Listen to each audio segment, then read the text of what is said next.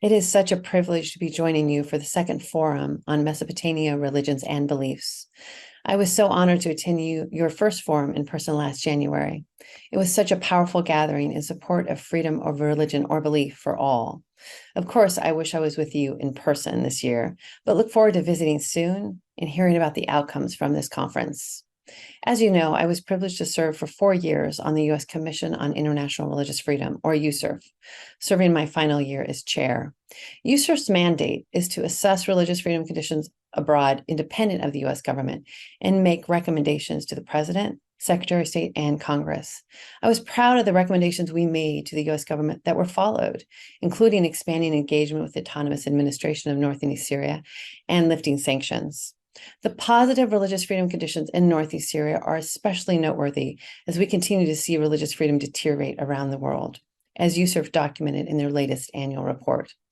In May, I was honored to join Secretary of State Anthony Blinken and Ambassador for International Religious Freedom Rashad Hussain at the State Department as they released their annual religious freedom report that also documented the deteriorating religious freedom conditions around the world.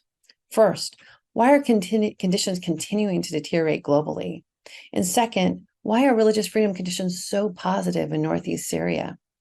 Your theme of this conference, with the Brotherhood of Religions, we elevate human values, shows the way you have approached each other has made all the difference.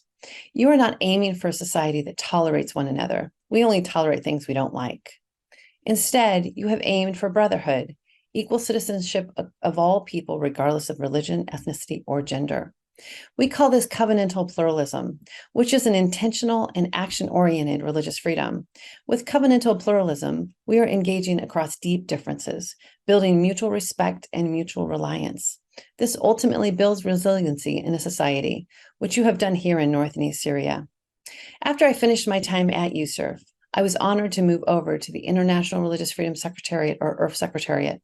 Here we are building infrastructure to support the religious freedom movement globally. This includes a global series of summits and the establishment of religious regional secretariats to help organize the work. Our main goal is to build societies around the world that also embrace brotherhood and resiliency. We focus on local religious freedom roundtables and other similar work, like being done here in Syria, led by Sheikh Abdul Rahman Bakrahan. These roundtables are locally owned, locally built, on the model that all people have the same seat at the table, regardless of the size of their religion or organization. Global institutions, and especially international organizations like the United Nations, should embrace covenantal pluralism and brotherhood, which is the approach you are using to seek to move beyond tolerance, to accepting one another among our deepest differences. This is not about becoming less religious, but bringing your whole self while accepting others who are completely different than you are. There is so much the world can learn from you. It is hard to believe it has only been 4.5 years since the Battle of Baghouz, where your Syrian Democratic Forces, or the SDF, with support from the US-led coalition to defeat Daesh, finally defeated the ISIS caliphate.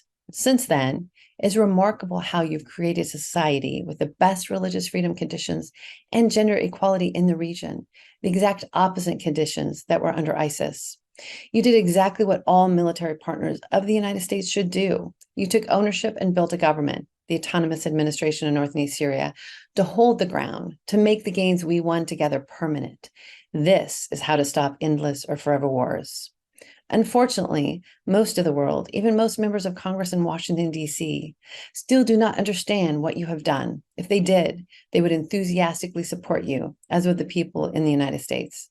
I urge you to continue to tell your story, not just about your military victories, but about the government and society you have built. I promise you, this is how you build the broad global support you need to succeed. The United States has said that their goals in Syria are de-escalation, increased humanitarian support, and ensuring the enduring defeat of ISIS. Yet Turkey's continued attacks are counter to all of the U.S. goals in the region.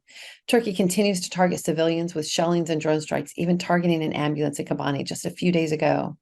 Turkey continues to violate international law, cutting off water to Hasaka, causing a state of emergency, putting hundreds of thousands of civilians at risk. While the world united against ISIS, they look away, while Turkey basically creates the same conditions in Afrin and other places they invaded and occupy, with horrific crimes against Yazidis, Kurds, Christians, and other religious and ethnic minorities, and especially women from these communities. Even Secretary of State Antony Blinken has confirmed that Turkish-backed Islamist militias in the occupied areas have welcomed and employed ISIS fighters.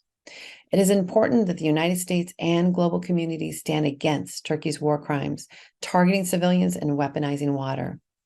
And it's important that you continue the important work you are all doing, building a society that accepts one another, where all religious communities can live together in harmony. While at USERF, I met with governments that were not making progress on improving religious freedom conditions because they would use the excuse of Islamist extremists, civil war, economic struggles, and border conflicts as the reasons they could not yet focus on religious freedom. Yet here you are, continuing to work towards a pluralistic society, despite the many challenges you face. I encourage policymakers in the United States and globally to come to Northeast Syria and see for yourself all you have done to learn how you de-radicalize communities and have created a society that embraces all religious traditions, with half of all government leaders being women. This is the only way to peace and stability. I'm so proud of the hard work you have done, and I can't wait to visit you again soon. Thanks again for letting me be a part of your conference.